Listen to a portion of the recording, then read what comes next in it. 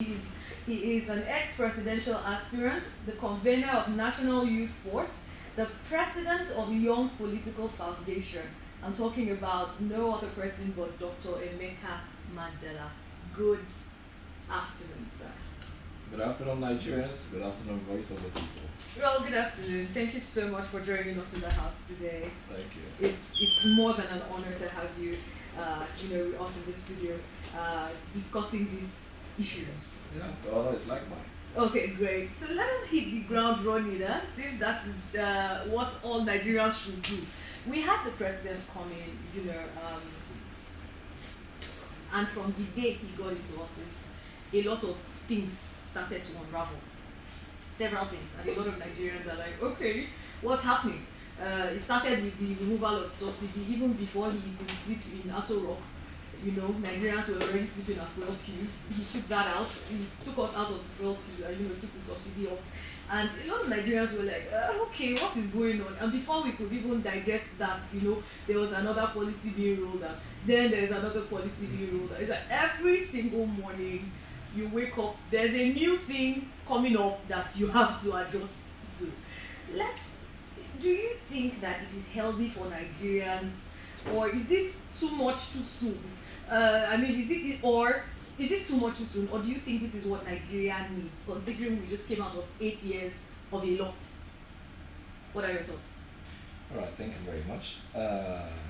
One is, I must state it categorically clear that on this issue, I might not be a fan of the present administration, owing to my political background. But on the issues we are to discuss right now, I will be speaking if I were president. Most of the policies the current president has just put on board are actually good policies. I call them good policies because I will tell you the best time to make some very, very, very important policies that could affect the lives of the citizens are in the beginning of an administration or in the end of an administration. Why do I say so? It takes a lot of time to adjust to change. Right? If I were president also, I think there is no day I will bring in policies that are new to the people that they will not really see as something that is quite different. So these things are done timely. If it comes to timely, the time is perfect. But the other thing I would also say is one thing that comes with policy is critical engagement. Yes, the president might have been so quick to unleash his policies, especially the one he made on inauguration day. But I'll tell you, the said president must have been doing campaigns in the last 3 months where he has been saying the same thing. So he has been talking to his followers, telling them that from the day one he's going to hit the ground running, he's going to take out fuel subsidy. He hasn't said it. So for those on that view, I don't think they are surprised. They knew that he's going to take it off. But for so many Nigerians who were on the other view during the campaign era, they saw it as a surprise because they were not expecting it. And unfortunately, a lot of Nigerians are on the other area. If the policy is good, it's a good policy. Most of the policies he has rolled out are good policies. Talking of the fuel subsidy, the student loan, the forest unification, these policies are top-notch policies that every well-meaning Nigerian would want to address those things head-on because they are things that have been bedeviling this nation. So I think it's not so bad, the policies he has put on ground. But what we want to see next is how these policies are being sustained, how these policies come out on the long run to affect the average man of the country, to affect the average citizens. What are the long-term plan? The short-term plan definitely we know is suffer a little, enjoy forever. We want to know that enjoyment forever. That is what we want to know. That is why the president, as long as we are concerned, has to engage the citizens as far as he is elected democratically. I want to see a president who is able to come out and explain these policies. I want to see a president who is able to come out and explain it in layman's terms. He might not be an expert in forex, he might not be an expert in the education sector, he might not be an expert in the petroleum industry, but at least when he sit down with his economic advisors and they explain to him, it's his duty to explain to Nigerians. That is why he was elected. That is why he is sitting down there. So he owes a lot of explanations to do for his policies to thrive. Because if you're making policies that are rejected by the people, then I don't think the policies make sense. Okay, now you mentioned earlier that, you know, during his campaign he focused a lot on his followers. He spoke a lot to his followers about what he intended to do, which is what we're seeing that he's doing now. But some people would argue that he's the president of the entire country, irrespective of who, was a fan of him coming in or not, irrespective of who his followers are. Right now, he's responsible for the entire population of Nigeria, right? The entire country as a whole. Let's focus on the fuel subsidy removal just for a quick second here. Do you think he should have done something different? Should he have rushed into implementing it as fast as he did, or would there have been other things he should have put in place before he did that? Obviously, he shouldn't have rushed into taking off subsidy. But I must tell you that I don't think it's the current president who actually removed subsidy. I think the past administration, the administration led by Muhammadu Buhari, actually had already proposed that subsidy will go this June. So the president coming to make the verbal statement that subsidy is gone, he's now been as if it's attributed to him. Subsidy has been discussed a long time ago. I remember sometime in Jonathan's administration in 2011, Jonathan actually removed subsidy and introduced what we call SHORP, Subsidy Reinvestment Program. Now these things are things that should work concurrently. You can't just remove subsidy and you don't have what the people are looking at hand.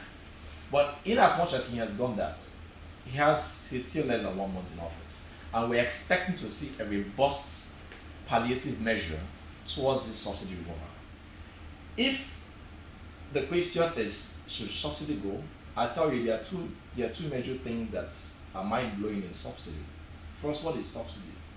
Subsidy is the government being able to provide fund for marketers who go to import petroleum outside the country. They are able to provide fund that will subsidize the petroleum that they are importing, so they can import it at a cheaper rate and sell at a cheaper rate. Now, when you take that off, they are going to import at a higher rate and sell at any rate they want. Okay. Now, should subsidy go? Yes. Why? The amount of money being put into subsidy is mind-blowing. If you go to find facts, fast checks, you find out that about 3.1 trillion, above 3 trillion was budgeted for subsidy in this 2023 budget that Buhari presented to the National Assembly. Now, fast checks will also say that federal government puts in close to 40 billion naira every day on subsidizing petrol. These amounts of money are just too much. I tell you that the education budget and the health budget of 2022 put together is not up to 2 trillion naira, and subsidy is consuming above 3 trillion naira. And even with the subsidized fuel, we are not buying fuel at 50 naira or 100 naira. We are still buying fuel about 200 naira. Again, what mind-blowing thing we have in subsidy? If you go to fact checks, you find out that subsidy, the amount of liters that have been subsidized are mind-blowing. We have about 50 something million liters that have been lifted, and the actual consumption rate is about 30 something of Nigerians, about 30 something million. So we have a deficit of about 20 something million that is also being subsidized. The actual subsidy should be that 30 something million liters that Nigerians consume a day. But what is being lifted is about 50 something million liters. So we have extra 20 something million liters that are still being subsidized. So that extra money is going. So the corruption in subsidy is just so mind-blowing that if you ask an average Nigerian who understands what subsidy is, should it go or should it not go? The answer is it should go. I think the question most Nigerians, the issue most Nigerians have at the moment is not whether or not subsidy should have gone. Several administrations have been discussing taking away subsidy, and they eventually didn't. Some people would argue that there is a reason why they kept, stalling the process. Now, you earlier mentioned while you were saying in the beginning of this answering this question, you said that it was former President Muhammadu Buhari that put that in motion. Yes, we know he did put in motion, but don't you think that President Tinubu could have put a hold on it for a moment? Because a lot of people are about the timing. Because now Nigerians are in very serious poverty and suffering. And in his inaugural speech, all he could say was, "Oh, Nigerians have to sacrifice. This is a moment of sacrifice that Nigerians have to, we have to imbibe sacrifice. We have to sacrifice and be patient with the government." Do you think it could have been done differently? Well, like I said, if it's for the timing, I think the timing is correct because there's no time you're going to remove subsidy that will not have the same reaction. And why it's best to start the most difficult tax with the earliest of your administration is so that people can get along with it so quick and move on. But what we want to see the president do is tell us where this subsidy fund that you have removed, this 3 point something trillion naira that you have removed, where is it going into? What is it going to be used to do? How are Nigerians going to benefit from this 3 point something trillion naira that you have removed? Because if you say subsidy is gone, it means that Nigerians have a free 3 point something trillion that is above the education and health budget in this country. So we have a whole lot of money that you can use to start alleviating the sufferings of Nigerians immediately. What sectors do you want to harness? What sectors do you want to put in place? Are you looking at the transport sector? Are you looking at the health sector? Are you looking at the education sector? What are you using these funds to do right now? Are you taking these funds to go and subsidize the health sector? Are you taking the fund to go and subsidize the education sector? Are you taking it to subsidize the transportation sector? You should know things that affect Nigerians. How are you going to use this fund that you have removed? Good, you've removed the fund. Whether it's time-based or it's not time-based, you have removed it. Now we have this fund lying there. What are you going to use it to do? Nigerians want to know. Okay, great. We've been having this conversation with Dr. Emeka Mandela, and basically we're talking about the different policies that have been rolled out by President Tinubu in his administration over the past 3 weeks. Yeah, you can join the conversation per usual on our WhatsApp platform 0700 961 961. I'll call the number again 070 001 096 1961. I'd call it one last time real slow because you've been on my neck, all of you, saying that I call the numbers out too fast. It is 070 001 096 1961. Okay, that is the number you're supposed to reach out to us via. You can also call in live in the studio, but like I would always say, I would love it if you just drop a WhatsApp message. It would be easier for me. Okay, now back into the conversation. You mentioned, what is he doing with the funds? Now, fuel subsidy is not the only subsidy that the government is taking, is removing generally. I mean, with the announcement of the student loan bill, it's obvious that the government is going to be taking out the subsidy on education and also offering, in their way, a cushioning effect for that would be offering the student loan to the people.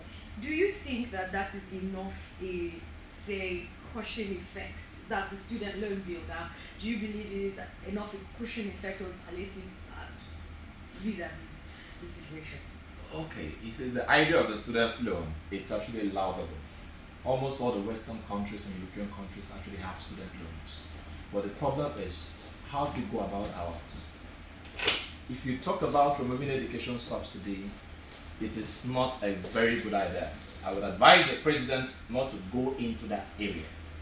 Because if the student loan bill that is being proposed in Nigeria today is to see an increment in school fees, I think it's not a good idea. The reactions he's going to get from that, he might not like it. His students are a particular sort of group that you don't want to tamper. So, the most thing you can do is, because we've not seen the total framework of the loan scheme, you don't want to start subjecting students and their parents into more hardship by increasing the already huge school fees that they have to pay. If it's for the student loan, good and fine, it's a wonderful and laudable idea that Nigeria has come a time where people who their parents can't really afford tuition fees can now have grants, loans. And a quick look at that policy, looking at two areas. One area is who is qualified and how do you get qualified to get the student loan. You see, there are measures that the government are putting in place in that act that will make it quite difficult for a student